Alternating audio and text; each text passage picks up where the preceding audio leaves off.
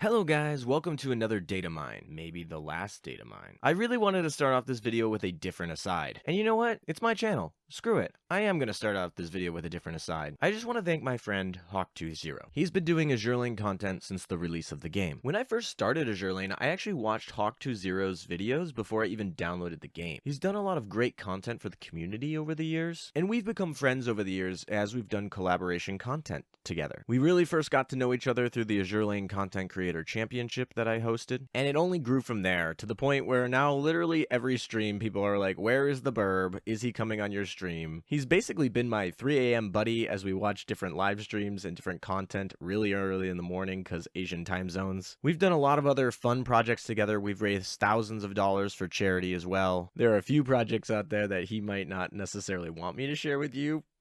But I think we're absolutely hilarious. If I didn't make this clear already, Hawk20 has said he's going to step away from Azur Lane content this week. This is over a difference in the direction that he feels the game is going. I understand where he's coming from. It's not surprising to me since he's talked about these concerns in private with me before, but it's official now. So I just want to say that I'm sad to see him go. I'm going to miss the light Emden to my dark Emden, and that I wish him the best of luck on his channel in which he'll be covering other games. He'll still be doing content. It's been an honor, man. All right, with that aside, we're still not getting into the meat and potatoes of this data mine video yet. We have other crap to deal with in this intro. Quite literally, in the middle of me doing my data mine video tonight, there was a post from the moderators of the Azur Lane official Discord. Essentially, effective immediately, all discussing of data mined content is going to be banned on official channels coming direct from Azur Lane staff. This is still very much a developing story. In the middle of making this video, I'm literally discussing with the mods kind of the details and things like that. I've reached out to Azur Lane staff to get more clarification.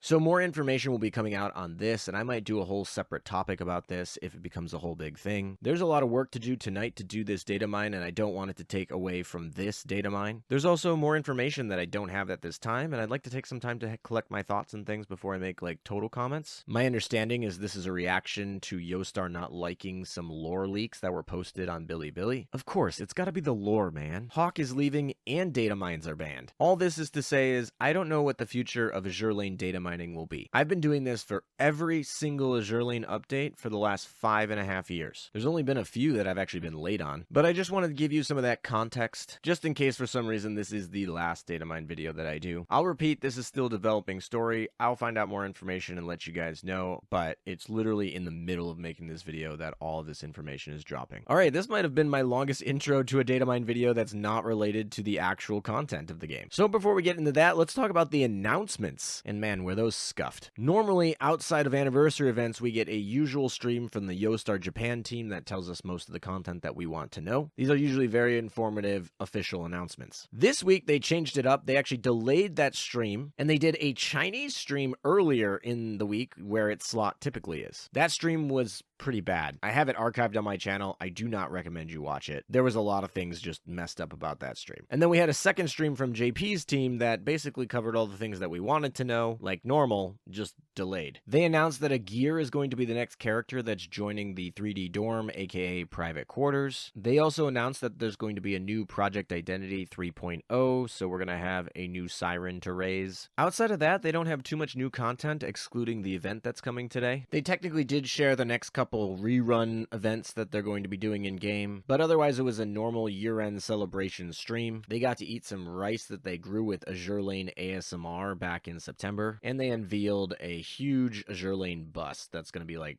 $2,300. So with that, let's get into the new content today. The event today is a USS event called A Note Through the Firmament. This is a WR event. We have a lot of new characters from the American faction. Part of this release is also 3 leaked new lore characters that were added to the game. As with most new events, we're going to get a dorm theme and new gear skins. On top of that, we get a ton of new ship skins. There are actually so many, they're coming in 2 waves. Wave 1 releases today, and the next wave comes next week. There are a ton of L2D here, L2D Plus, and dual form as well. If your wallet is hurting and you can't get all of the skins that you want, though, there is going to be at least 1 free skin, and that is Hammerman. So with that, let's get into the actual stats of the new stuff. We're going to start off with the equipment. There's only 1 new equipment. It's obtainable in the shop. You can only buy 1. It's not farmable. This is a gold rarity dive bomber, the F4U Corsair VPF-94 Squadron. This actually looks like a pretty good dive bomber. It's actually the fastest dive bomber in terms of its standard rate of fire. At 9.8 seconds, that's really good for a gold rarity dive bomber. It's also got 2 1,000-pound bombs, so similar to the Fairy Firefly, at least in terms of raw damage, but it actually has improved armor modifiers, so its damage is actually going to be more than that. And then when you factor in DPS because of its standard rate of fire, it's actually fairly good. This plane seems very useful when you want to get your timing right and have your airstrikes launch faster. Additionally, the bombs that it drops have a 24% chance to inflict armor break on battleships and aviation battleships. This is just a slight perk, not huge. Kind of similar, but not quite what the Tenrai does. This is a must pick up item. For new players, this is a really free way to get a very good dive bomber. It's also gold rarity, so you have less prints to spend if you want to get to plus 13. Veteran players are going to want it because it's unique and it's very fast, so you might need it in a lot of cases. Must pick up across the board. It should be pretty easy to do. It's in the shop. You can only get one. So with that, let's move on to the ships. I'm going to start with the Retrofit. Maury got a Retrofit today. Lego Retrofit, she's got a stat boost, although it's not that impressive. She did get some torpedo stat, which is nice, but most of her buff is going to be in the firepower stat as well as her destroyer gun efficiency. She didn't really have any shelling damage before, and she still doesn't have a main gun +1, so this doesn't really help her very much. She's still very squishy. And her main draw to using her before was the fact that she could double launch a torpedo. Like I said, just a minor tweak to her torpedo stat upward. She only gets one new skill, that's it. It says every 5 seconds, 100% chance she's going to enter racing mode for just 2 seconds. While she's in that mode, she gets 40% increase to her speed, and then she's also going to get minus 30% damage taken. When it expires, she's going to fire this special barrage. It has AP ammo, it does piercing, but it does minor amounts of damage. Overall, this Retrofit is kind of sad. The ship wasn't good before, it's a very old ship. I guess it's good that she got her art upgraded, and this can help for your collection, but Maury's not that good afterward either, and there's nothing all that special that was added by this Retrofit. Alright, let's move on to talking about the new ships today. Alright, let's start off with the UR banner ship, the USS Lexington II, an aircraft carrier. Stat-wise, she looks very similar to her Essex-class UR sister, Yorktown II. She just looks slightly better overall stat-wise. A little bit of power creep. Basically, her HP and aviation stats are barely higher, and her luck stats actually is significantly higher. Also, instead of her plane loadout being 243, she has 3 fighters, 3 dive bombers, and 3 total flex slots for any airplane. Her efficiencies are very similar at 135, 135, and 125. That 125 is slightly better than Yorktown, who has 120 instead. However, that's not as good as it sounds because Lexington actually has 3 planes in that slot, whereas Yorktown only has 2 planes in that slot. But it's still a 9-plane UR carrier. Very good stats. Let's move on to the skills. Skill number 1. Every time this ship takes damage equal to 25% of her max HP during the combat, or after this main fleet's aircraft shoots down 17 enemy aircraft. 17 enemy aircraft? That is a ton. I guess this is really built for late stage content with plane hell. You're not going to really trigger 17 aircraft that much. You're not really going to trigger 17 aircraft all that much. That being said, she has at least 4 triggers from her damage taken, and that's not including heals. So if she heals and then takes more than 100% damage, she can trigger it even more. Anyway, what are you getting when this triggers? She's going to set her detection gauge to 0. That's really nice. She basically goes back to being hidden carrier status. And then she's also going to be invincible for 2 seconds. Both of those are very effective. Actually, if you are able to heal at all, basically you're going to have an invincibility right around when she dies too. The skill's also going to have an additional trigger effect for each time it triggers for the first 4 times. All of these effects are going to last from when they trigger to the rest of the battle. The first trigger, she gets minus 15% torpedo damage taken. The second trigger, she's going to have plus 15% anti-air stat. The third trigger, she's going to have a self minus 15% burn damage taken. And the fourth trigger, she's actually going to have no more aircraft crash damage. That is really interesting. A lot of this skill makes me really want to try her in PvP. Crash damage is such a minor mechanic that's not really utilized outside of PvP. Overall, this is a really good first skill. There's a lot of survivability buffs here. 17 is a very interesting number in of itself to choose here, but overall, I really like the way that this skill is. It's very powerful, it's very unique, it's fairly simple to understand. We are off to a good start here. Skill number 2, she gets plus 15% aviation stat and hit stat. That's pretty standard for a lot of these UR carriers. Also, if your fleet contains 3 or more USS ships, that includes herself, she's going to get plus 12% damage dealt to anti-air debuffed enemies. When this ship launches an airstrike, she's going to trigger a special aerial barrage, and this is a massive barrage. It has 6 F6F planes in it. 4 of them are going to have rockets, so priority aim and good for light armor, and 2 of them are going to be like normal bombers. This is going to be a massive amount of damage. Additionally, as part of this launch, all enemies are going to get minus 40% speed for 4 seconds, so it's going to slow. It happens instantly. That is enough time for your planes to get down the range and actually be able to hit targets that are fire slowed. Also, if there is one or more other main fleet USS ship in the fleet, all anti-air debuffed enemies are actually going to get frozen for 4 seconds instead of the minus 40% speed. So she has a very powerful freeze, although it is restricted to your fleet building. This skill is basically going to require that you have another main fleet USS ship as well as another USS ship somewhere in the fleet. Also, let's talk about anti-air debuffed enemies because this skill talks about them a lot. Basically, it's any ship that has its anti-air stat decreased by another ship's effect. Lexington II herself doesn't actually have an effect to do this though, so you have to use a different ship for this. Yorktown II is a clear example of a ship that has this. You probably want to use her because of many reasons, such as helping trigger the Lexington freeze as well as buffing Lexington. Other ships include Kearsarge and Amagi CV. There's a whole host of ships that do this type of effect. You just have to be on the lookout for them when you're building your fleets around Lexington II. Alright, let's go into the final skill. When this ship launches an airstrike, all Lexington class and Essex class carriers, so this includes herself, are going to heal 5% of their max HP. This triggers a max of 4 times per battle, but that is a massive potential of 20% heal. So by default, she's healing herself, which is really good to pair with skill number 1. This allows her the potential to trigger the 4th time and actually survive after it because it's every 25%, so that's 4 times, but if you heal to say 110%, then she could trigger it 4 times and still have 10% health at the end. Also, all Lexington class and Essex class carriers are going to gain the following effects. Plus 10% damage dealt to light armor enemies. This is really going to go well with Yorktown II, who is a light armor enemy specialist. And then when that ship's airstrike finishes loading, that ship gets 10% anti-air stat for 5 seconds, and that can stack up to 5 times, so that can be some massive anti-air buffs. Unfortunately, it couldn't have been an anti-air debuff. That would have worked with skill number 2. Alright, this ship looks very powerful. It very clearly is intended to pair with Yorktown II, and it's very much intended to do damage against light armor enemies. This is a very powerful ship. It very much solidifies the USS carrier fleet that is going to be working against your light armor bosses. She does feel a little bit locked with that second skill and where you can use her, but overall she's a very powerful ship. She's going to be really good for endgame content. She kind of does it all with survivability and freezes and heals and damage. I'm actually really excited to test her out in PvP as well. So far so good in this data mine. Let's move on to the other UR, the UR destroyer William D. Porter. This is going to be obtainable through a side event. This is the first Fletcher class that got UR treatment. This is actually kind of weird because most Fletchers are very low rarity. A lot of them are commons or rares. There's a few that are even elites, but they pretty much just skip the whole SR rarity. I guess technically they're gold rarity Halford, but she's a PR ship and research, and that's just like a whole big asterisk. So anyway, we largely skipped all of SRs and right to UR. As expected, since she's such a higher rarity than all of her sisters, her stats are significantly higher than most of the ships in her class. Halford's the only one that's even remotely close in her stats, but she's so weird because of her aviation stat and planes and, once again, research ship. So we should probably compare her to other UR destroyers. The ones that she looks most like stat-wise are going to be Morgador and Trafalgar, although William D. Porter's weapon efficiencies are quite good, even for UR. However, note, she also has the worst luck of any of the destroyers in the game. I guess not counting priority research ships, but once you fate sim them, they'll actually get up to 15 luck, so theoretically she will have the worst luck in the game of any destroyer. That actually is going to impact some things. Like, it's so low, it's going to have some impact on her survivability and some of her damage. Nothing too impressive stat-wise for UR, sadly. Let's see how the skills work. Skill number 1, she gets -1 luck.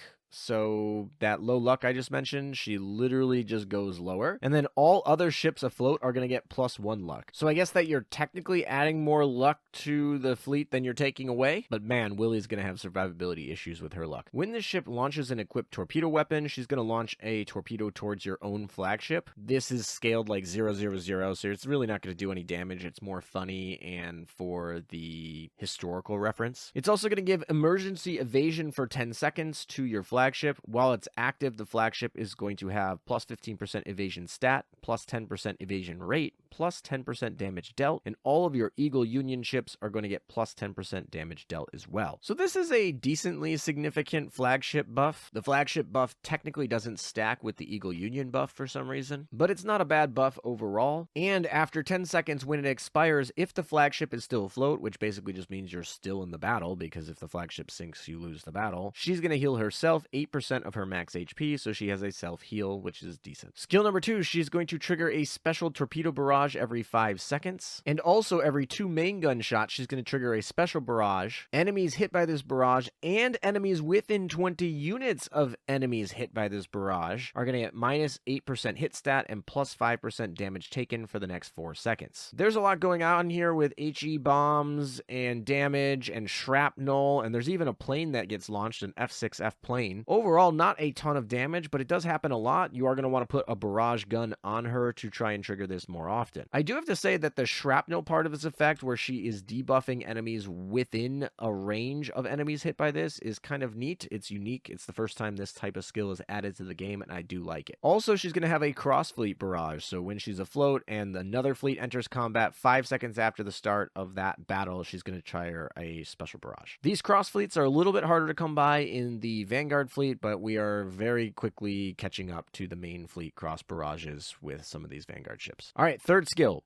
She gets plus 15% to her firepower, torpedo, and anti-air stat. Also, if there are any other ships in the Vanguard fleet, which should be most of the time unless you're farming for oil efficiency, and if you are, why are you using a UR ship? So basically this will trigger all the time. She's going to get plus 50% to her anti-air gun efficiency, which is already pretty high at 180%, so it's going to go up to 230%. After 7 enemy aircraft are shot down within her anti-air gun range, she's going to get minus 15% damage taken for herself, and all of your Vanguard fleet is going to get plus 30% anti-air for the rest of the battle. 15 seconds after entering the battle, she's going to drop a death charge, and all ships get plus 15% anti-submarine warfare for 50 seconds. Okay, this skill, it looks very much purpose-built for World 15. Like, purpose-built. You have ASW, you have anti-air up the wazoo. In fact, she's a pretty decent anti-air ship, if only she had, like, an anti-air gun +1. Also, her 300 anti-air is just not going to be comparable to any of the light cruisers and the other anti-air specific ships. For a destroyer, it's pretty good, and because she brings ASW to the table, she's going to be useful in World 15, but that's about it. Her final skill is an all-out assault, pretty standard, and overall, this is one of the more lackluster ships. I like what they did here. There's a lot of fun little quirks here with her firing torpedoes backward and her effects of the way that she does shrapnel and debuffing enemies and things, so there's a lot of fun stuff here, but actually, overall, I don't feel she's very good. I think she's useful in World 15. I don't even know if she's best in slot for World 15 at this point, though. And outside of that, I think there are just much better options for her. So she's one of those URs that doesn't get an instant slot for me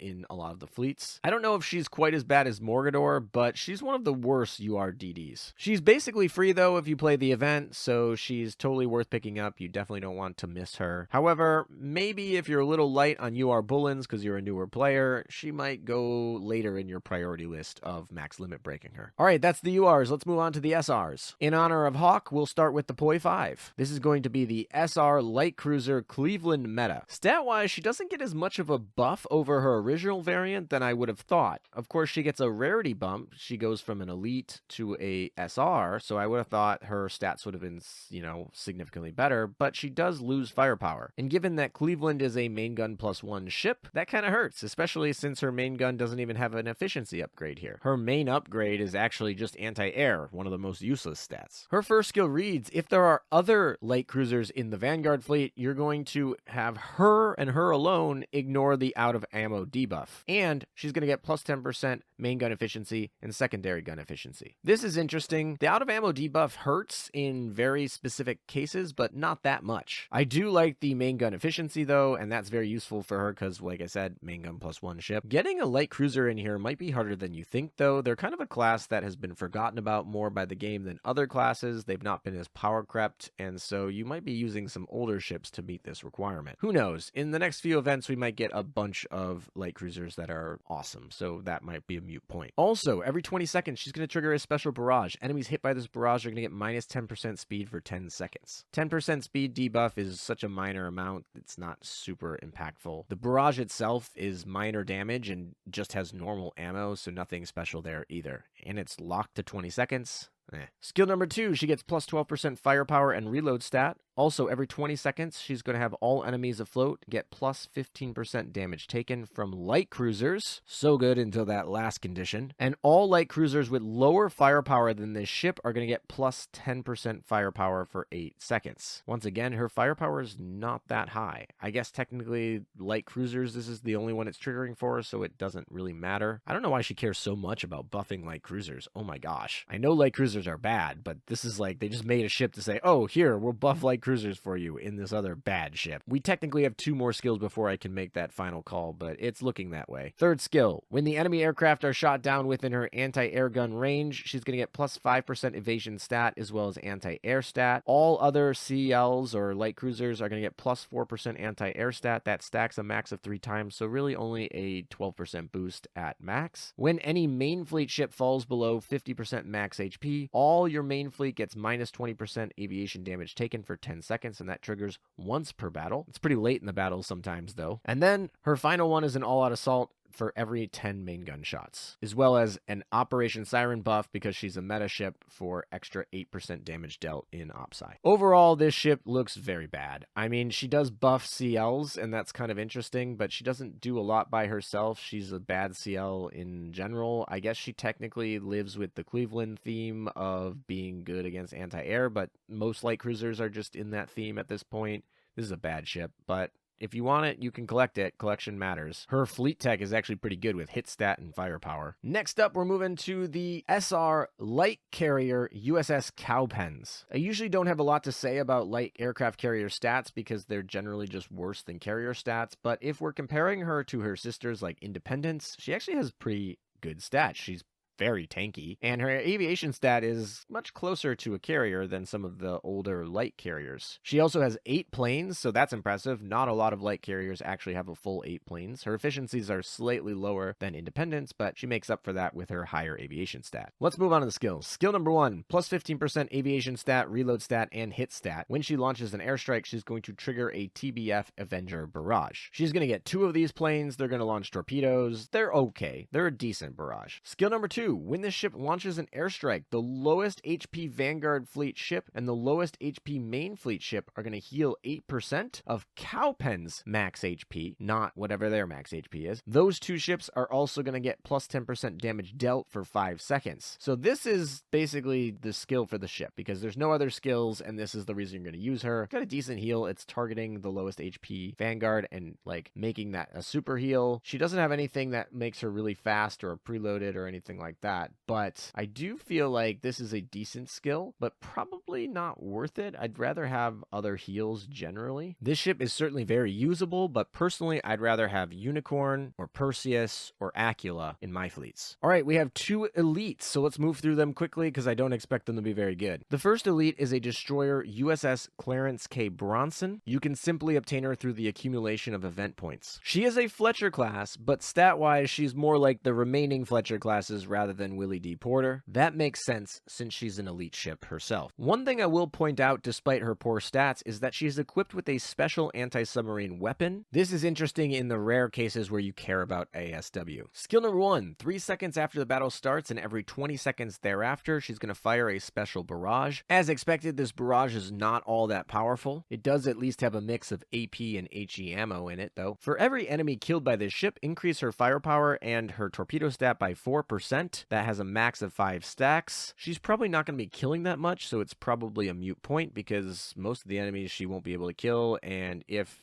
she can kill them, most of her partners will be able to kill them, so she has to be in like a mob fleet, and you have to have a weak fleet, and it has to be at a low level. All right, moving on to skill number 2, she gets plus 15% anti-submarine warfare stat, technically pairs with her special ASW gun. If there's at least one other USS ship afloat, she gets plus 15% anti-air stat, evasion stat, and she's also going to trigger an air raid assistance. This is probably the most important part of her kit. For those who don't remember, that's plus 15% damage dealt by all your carriers and light carriers. It does not stack. Very powerful effect. There's a lot of ships that do it though. Stephen Potter actually does it, and she's a Fletcher class as well. The benefit you're going to have by using Stephen Potter or Bronson here is the fact that they're USS ships, so they can use a Manju, which will help with their survivability, whereas a lot of the other ships that do this type of effect effect, like Kazagumo, are very squishy and prone to dying. Also, every 15 seconds after the battle starts, she's going to trigger a sonar scan that reveals enemy submarines for 8 seconds. This is very niche, but helpful in those very niche situations. And then finally, she's going to have an all-out assault. This is an interesting use of an air raid assistance ship. It's kind of like a side grade to Stephen Potter, like complete side grade. Some cases you're going to want to use Stephen Potter, and basically if you're in a submarine place, which is basically just World 15, you might want to use this one. So if you have a full carrier fleet in World 15 where you care about submarines, you might want to use Bronson. Otherwise, Stephen Potter's fine. And of course, Kazagumo's used when Kazagumo's used for her IJN purposes. Not a completely useless ship though. Let's move on to the last ship, which is the light cruiser USS Pasadena. Stat-wise, she actually feels okay for at least an elite. Big qualifier there. She does get a main gun +1. Her second gun slot is also a DD gun. She has a fairly sizable health pool. Let's move on to the skills. Every time a main fleet unit fires their main gun or launches an airstrike, she's going to increase her own firepower by 10%, and all of the Vanguard's reload is going to be increased by 8% for 8 seconds. This can actually trigger quite frequently because there are 3 of them back there. However, they tend to stack and clump together, and since this doesn't stack, it just refreshes the duration. Depending on your fleet, this could not be super effective. The reload is interesting for other ships that need to trigger barrages a lot, so we kind of like that. Also, when this happens, there's a 70% chance of launching a special barrage. Not guaranteed, but this is going to trigger a few times, and like I said, each of those instances is going to check to see if it triggers. So if you have 3 backliners, 70, 70, 70, one of them will likely trigger. The barrage itself is normal ammo and not that strong, so not too much of a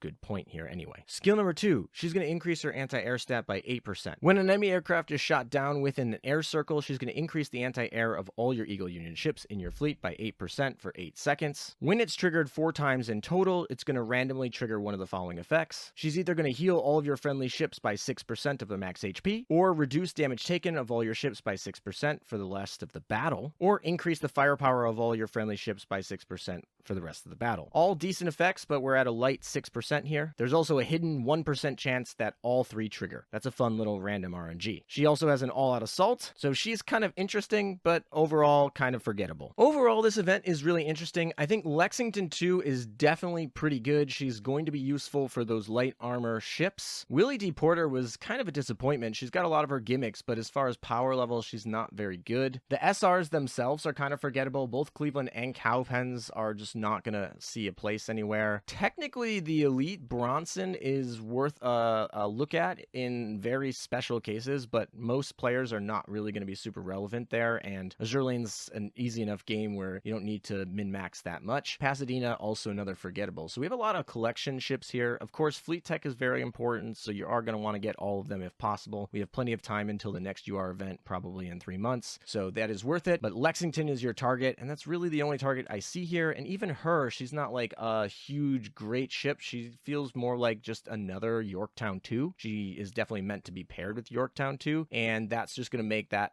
fleet more powerful for the USS carrier fleet. But yeah, I think Yorktown 2, I'm excited to try in PvP as well to kind of maybe replace an Admiral Nakamov, but I don't know if that's the case. It's just more going to be a test because that first skill is very good for survivability. Anyway, thank you guys for watching this video. I appreciate it, and all the data mine videos. I don't know if this will be the last. I also just want to put a special shout out to all the data mining team. There's a lot of effort put in by other people that help make this possible. I attribute them in every one of my videos that we do for this, but I just want to make a special call out in the actual video to say they've done an amazing job, and I super appreciate them, and we put in a lot of effort overnight to get these data mine videos out for you. So if this is the last one, that is that, but if not, we'll try and carry more things out for you guys, but I super much appreciate them. Been a pleasure to work with you guys all these years. I plan on streaming this event. I don't know when, probably later in the week, but we will stream this event, so be on the lookout for that. Thank you guys for watching. Take care, and I'll see you guys next time.